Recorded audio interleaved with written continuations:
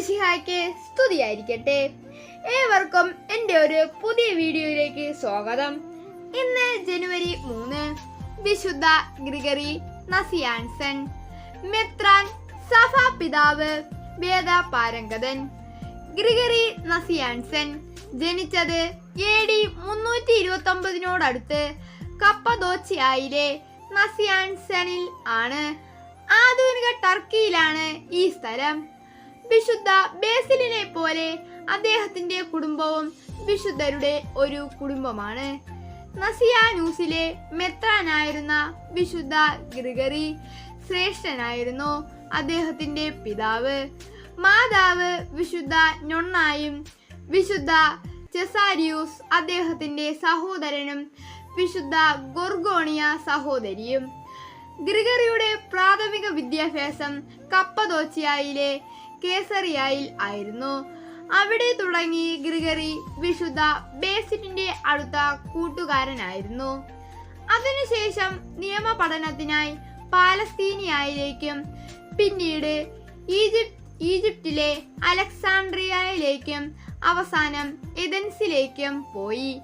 ഇവിടെ വിശുദ്ധ ബേസിലിന്റെയും മതത്യാഗിയായ ജൂലിയൻ ചക്രവർത്തിയുടെയും സഹപാഠിയായിരുന്നു.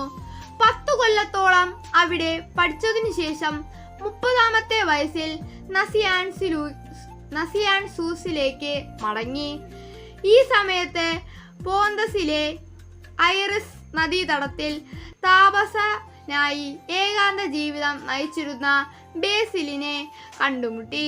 ബേസിൽ തന്റെ ആത്മസുഹൃത്തിനെ തന്നോടൊപ്പം താപസ ജീവിതം നയിക്കാൻ ക്ഷണിച്ചു. അങ്ങനെ അവിടെ 2 കൊല്ലം സന്യാസിയായി ജീവിതം നയിച്ചു.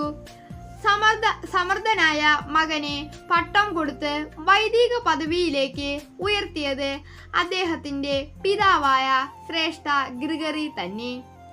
വൈദിക പദവിയെക്കുറിച്ച് അദ്ദേഹം എഴുതിയ ലേഖനങ്ങൾ വിശുദ്ധ ജോൺ ക്രിസ്റ്റോസ്റ്റം മുതലായ പല വിശുദ്ധർക്കും പ്രചോദനം കൊടുത്തു.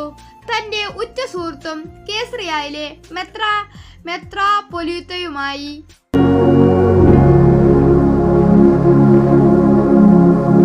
ആയിരുന്ന വിശുദ്ധ ബേസിൽ അദ്ദേഹത്തെ മെത്രാനായി അഭിഷേകം ചെയ്തുവെങ്കിലും തന്റെ രൂപത വിട്ട് അദ്ദേഹം നസിയാൻസൂസിലേക്ക് മടങ്ങി വന്ന് വൃദ്ധനായ പിതാവിനെ സഹായിച്ചുകൊണ്ട് കഴിഞ്ഞുകൂടി. അക്കാലത്ത് കോൺസ്റ്റാന്റിനോപ്പിൾ നഗരം ആര്യൻ പാഷാണ്ഡതയുടെ പിടിയിലായിരുന്നു. സത്യവിശ്വാസികളുടെ ഒരു ചെറിയ സമൂഹം മാത്രം വിശ്വസ്തരായി അവശേഷിച്ചു. വാലൻസ് ചക്രവർത്തി ആര്യനിസത്തെ പിന്തുണച്ചിരുന്നു. AD 379 അവരെ പ്രതിരോധിക്കാൻ കത്തോലിക്ക വിശ്വാസികൾ പ്രഗത്ഭ പണ്ഡിതനായ ഗ്രിഗറിയെ കോൺസ്റ്റാന്റിനോപ്പിളിലേക്ക് ക്ഷണിച്ചു. AD 390 തിയോഡോഷ്യസ് ചക്രവർത്തി അധികാരമേറ്റപ്പോൾ കോൺസ്റ്റാന്റിനോപ്പിളിലെ ആര്യൻ പാത്രിയർക്കീസിനെ സ്ഥാനഭ്രഷ്ടനാക്കി നാടുകടത്തിയതിനു ശേഷം പകരം ഗ്രിഗറി പാത്രിയർക്കീസായി അവരോധിച്ചു. അദ്ദേഹത്തിന്റെ നലം തികഞ്ഞ പാണ്ഡിത്യവും വിശുദ്ധിയും സൗമ്യത്യവും വാക്ചൈതന്യവും ആര്യൻ പാഷാണ്ഡതയുടെ മുന്നേറ്റത്തെയും സ്വാധീന ശക്തിയെയും ഒരു പരിധിവരെ തടഞ്ഞു നിർത്താൻ കഴിഞ്ഞു. അതിൽ അസൂയാലുക്കളായ ശത്രുക്കൾ അദ്ദേഹത്തെ വധിക്കാൻ ഒരു വാടക കൊലയാളിയെ നിയോഗിച്ചു.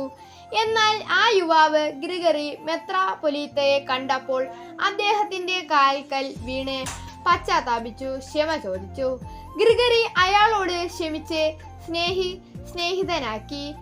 ആര്യൻ പാഷാണ്ഡരുടെ ഉപദ്രവങ്ങൾ വർദ്ധിച്ചു വന്നപ്പോൾ അദ്ദേഹം നസിയാൻസൂസിലേക്ക് മടങ്ങിപ്പോയി. അവിടെ ഏതാനും വർഷം ഭരണം നടത്തിയതിനു ശേഷം അദ്ദേഹം സ്വന്തം സ്ഥലമായ അരിയാൽസിൽ എത്തി. സാഹിത്യരചനയിലും പ്രാർത്ഥനയിലും ദാനത്തിലും കഴിഞ്ഞുകൂടി. കൃത്യമായ പദങ്ങൾ ഉപയോഗിച്ച് കണിശമായി എല്ലാം പ്രതിപാദിക്കുന്ന ഗ്രിഗറി ദൈവശാസ്ത്രജ്ഞൻ എന്ന് അറിയപ്പെടുന്നു. നിക്യ സൂനഹദോസിൽ വെളിച്ചത്തിൽ പരിശുദ്ധ ത്രിത്വത്തിനെ കുറിച്ചുള്ള അദ്ദേഹത്തിന്റെ പ്രഭാഷണത്തിന്റെ